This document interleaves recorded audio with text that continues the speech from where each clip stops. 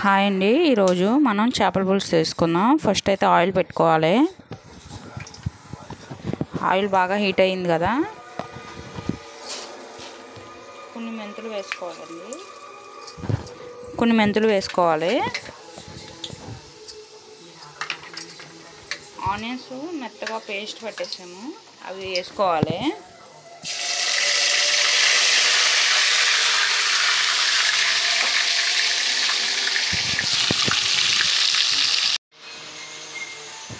ఇదిగోండి, ఇప్పుడు ఆనియన్స్ బాగా ఫ్రై అవుతున్నాయి కదా, కొన్ని పచ్చిమిరపకాయలు వేసుకోవాలి. 5 వేసాను నేను.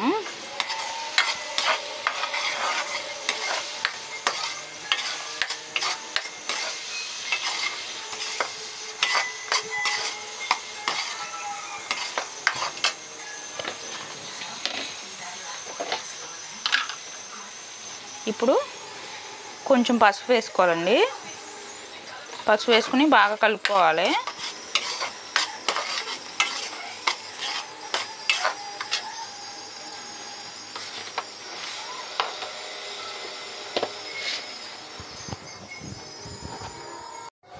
ఇదిగోండి, ఇప్పుడు ఆనియన్స్ బాగా ఫ్రై అయిపోయినాయి కదా, మనం కట్ చేసి పెట్టుకున్న బెండకాయలు వేసుకోవాలి.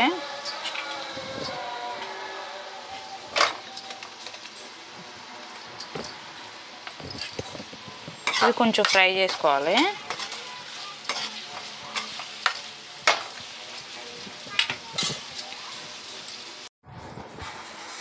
ఇదిగోండి, ఇప్పుడు బాగా ఫ్రై అయినాయి కదా బెండకాయలు కూడా, కొంచెం అల్లం పేస్ట్ వేసుకోవాలి.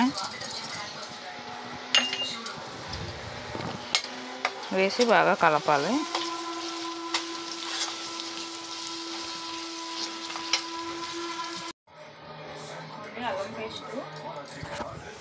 అల్లం పేస్ట్ బాగా ఫ్రై అయింది కదా, ఇప్పుడు మనం ఇందులో కారం వేసుకున్నాం.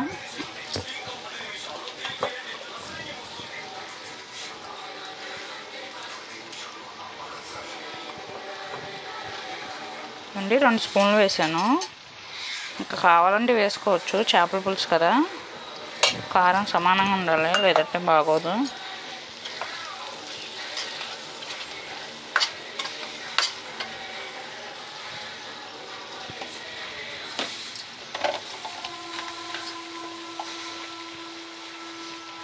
ఉప్పు కూడా వేసుకున్నాం. ఒక 2 స్పూన్లు వేసాను ఉప్పు, మళ్ళీ చూసుకొని వేసుకున్నాం.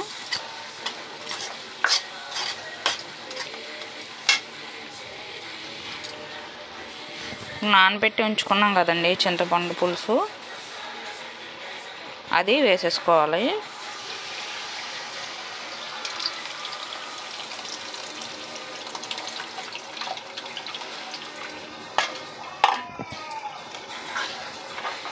బాగా కలిపి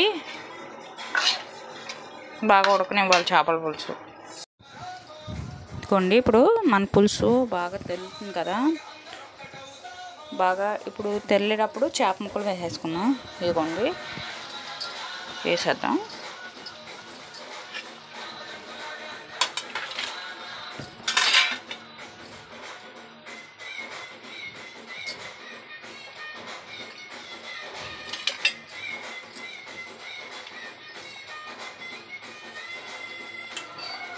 ఇప్పుడు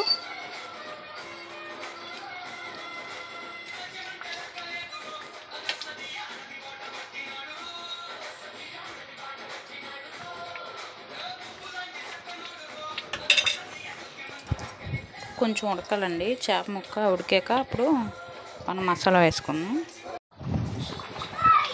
ఇదిగోండి, ఇప్పుడు మన పులుసు బాగా మరిగింది కదా,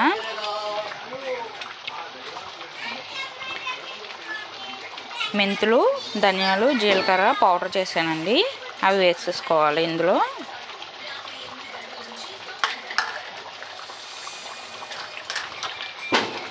ఇప్పుడు గరిటె పెట్టకూడదు, చేపల పులుసు రెడీ అయిపోయింది కదా, బాగా కలిపేసుకొని ఇప్పుడు